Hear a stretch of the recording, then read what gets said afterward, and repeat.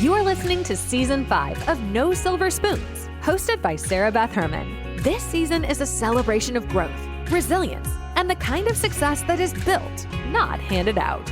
Beth is a 5-time CEO, a leader who teaches others how to scale, move through self-doubt, and use the power of neuroplasticity to change their lives and their businesses. She created No Silver Spoons to remind you that no one rises alone. Every episode in this season brings real stories, honest lessons, and the journey behind becoming the kind of entrepreneur who refuses to quit. You will also notice that many episodes come in series, so when you find one that speaks to you, stay with it. A lot of these episodes also include digital downloads that help you keep growing, and you can find those in the show notes. Welcome to Season 5. There is so much to celebrate. So without any further ado, here's your host, Beth Herman. Welcome back to No Silver Spoons. I am Beth Herman, and today we are continuing our Human Side of Leadership series. And I have to tell you, this episode was probably one of the harder ones for me to write so far. And not because the research was difficult, but because it made me think about my own leadership over the years. As I've gotten older, I've realized something. Some of the biggest lessons I've learned in business didn't come from the people who stayed. They came from people who left. I think every leader has had one of those moments where someone walks into your office, gets on a phone call with you, sends you an email, and they say they've accepted another position or that they're moving on. And your first reaction is complete surprise. You're thinking, wait a minute, I thought everything was fine. I have had those moments. After hiring more than 700 people over the years, I have had employees leave for wonderful reasons. They moved closer to family, they changed careers, they stayed home with their babies. They had opportunities that were simply better for where they were in their life. And honestly, I celebrate those things. But there have been a few departures that stayed with me. And not because I was upset that someone left, but because after they were gone, I started replaying conversations in my mind. I found myself wondering if I had missed something. Did I dismiss a comment because I was busy? Did I assume someone was doing okay because they always smiled, they were always on it, they replied the fastest, they were the first ones in and the last ones out? Did I confuse consistency with contentment? Those are uncomfortable questions for any leader to ask, but I think they are important ones. One thing I've learned is that resignation letters rarely tell the whole story. They're usually the ending of a story that has been unfolding for a long time. Most people don't wake up on a Tuesday morning and suddenly decide to leave a job they loved on Monday. Something has usually been changing beneath the surface for weeks or months before anyone else notices. And that got me thinking about something much bigger than employee retention. What if this isn't really about people leaving jobs? What if it's about the moments when people quietly begin disconnecting? Because I don't think this only happens in the workplace. I think it happens in marriages. I think it happens in friendships.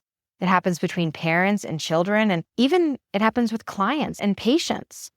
People rarely wake up one day and decide they no longer trust someone. Trust usually erodes a little bit at a time.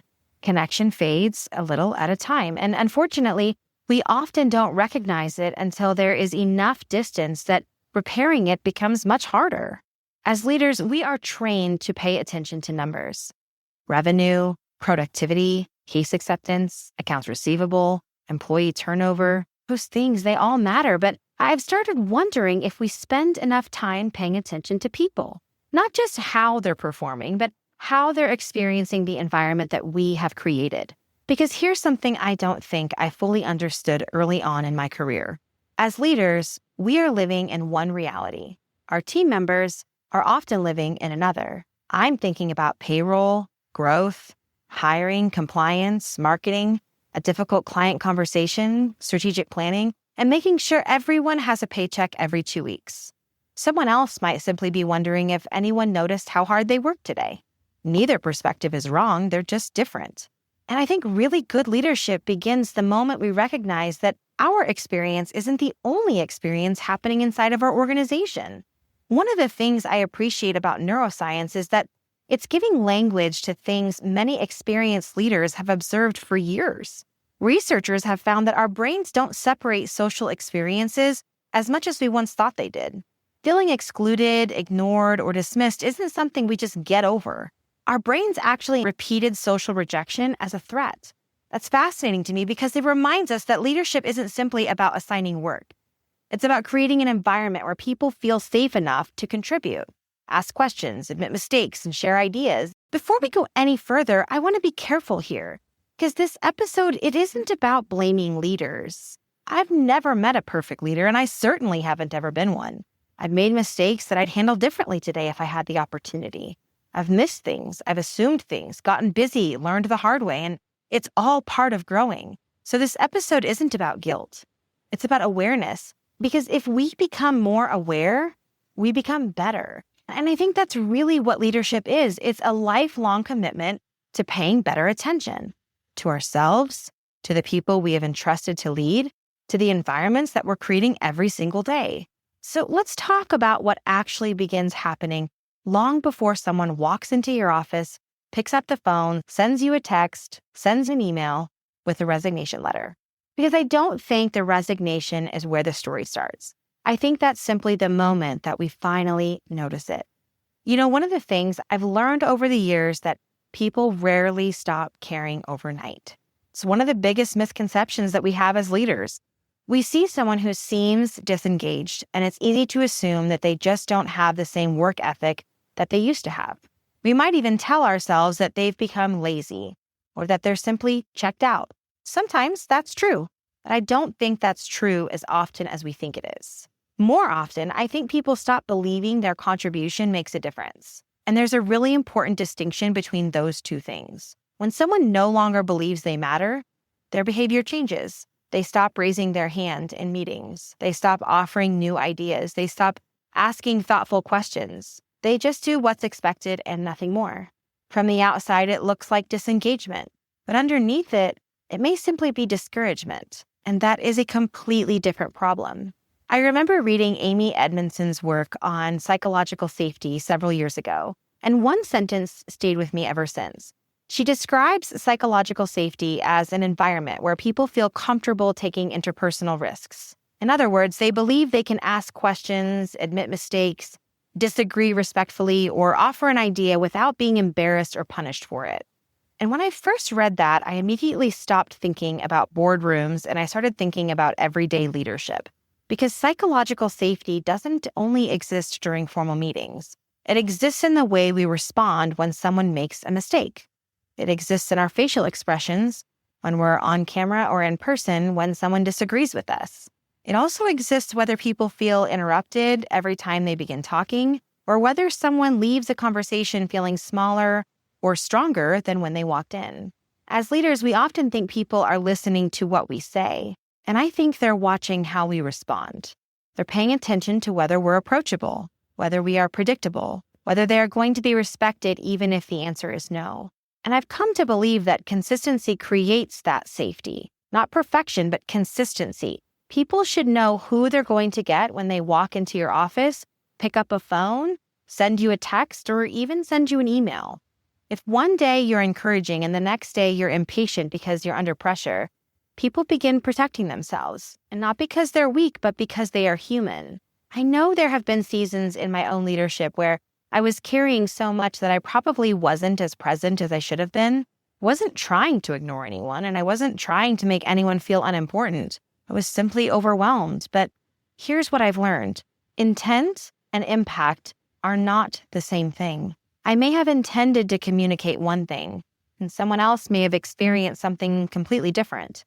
That is a very humbling realization. It is also an important one because once we understand that we stop defending our intentions and start becoming curious about other people's experiences. Because once we understand that, we stop defending our intentions and we start becoming curious about other people's experiences. Instead of saying, well, that's not what I meant, we start asking, help me understand how you experienced that. I honestly think those 5 words have made me a better leader. Help me understand. Not convince me, not defend yourself, just help me understand. Another body of research that influenced me over the years is something called self-determination theory.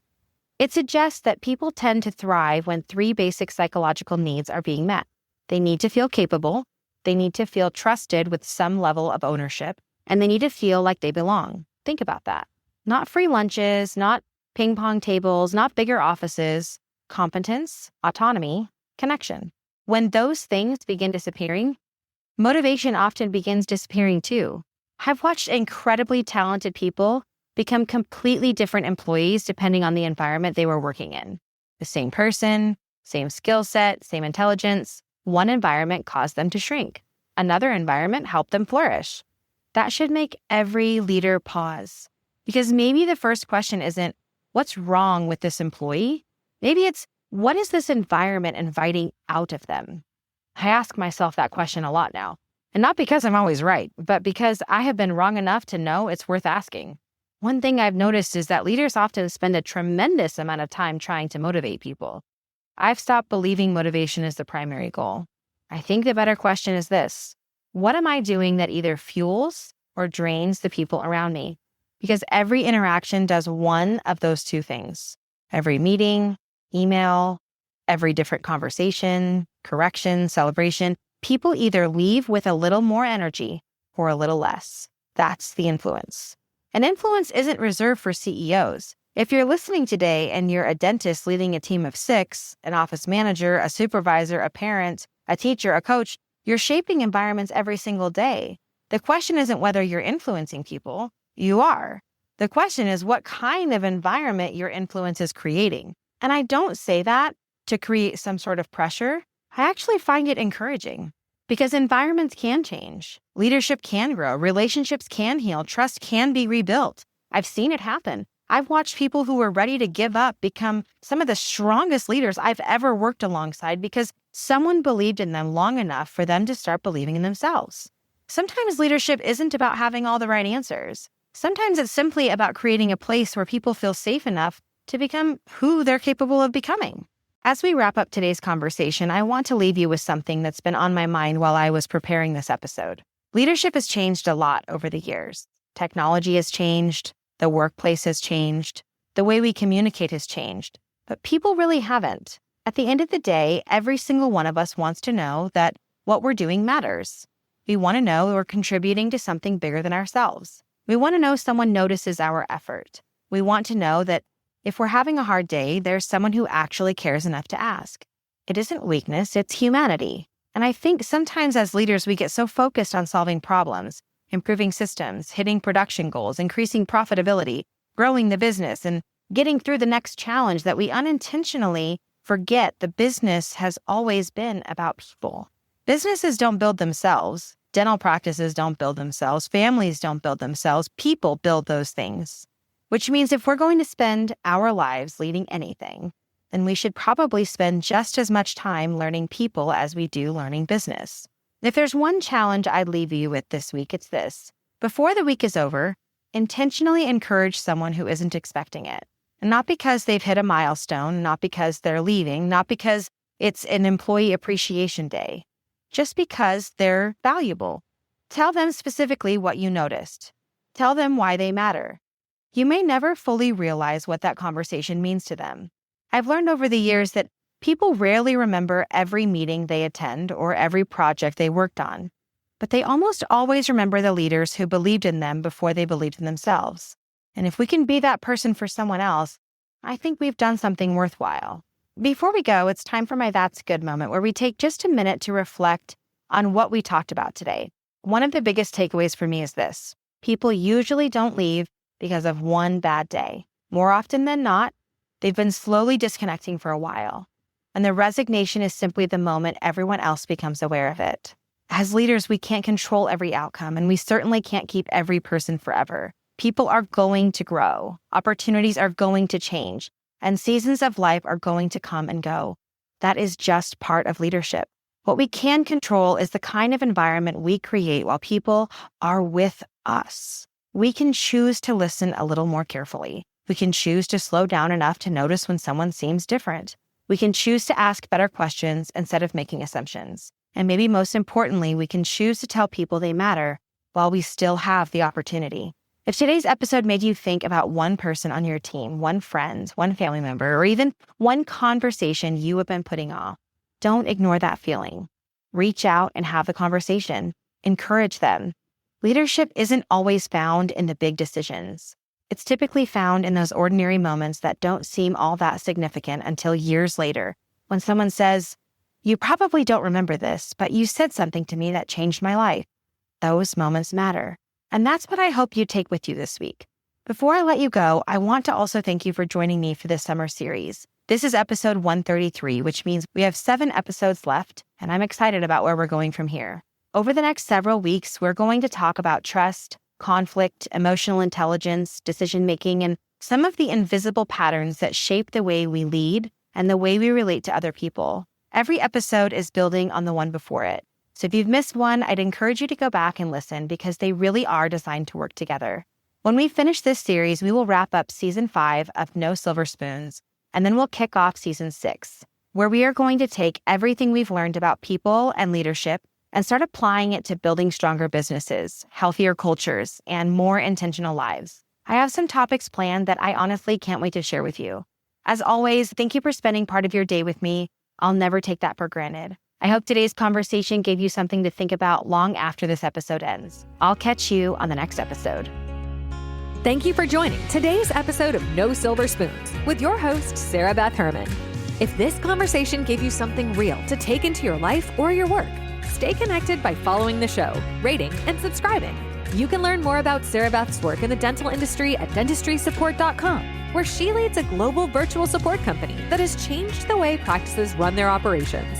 You can also connect with her on her Instagram at mentor.sbh to follow her leadership teachings, her story, and the behind the scenes of a 5-time CEO who has dedicated nearly 25 years to helping teams grow. Many episodes on this season come with great digital downloads that you can find in the show notes. And if you feel inspired to be a guest or share your own journey, there's a link there as well. Thank you for being part of Season 5. Your growth matters here.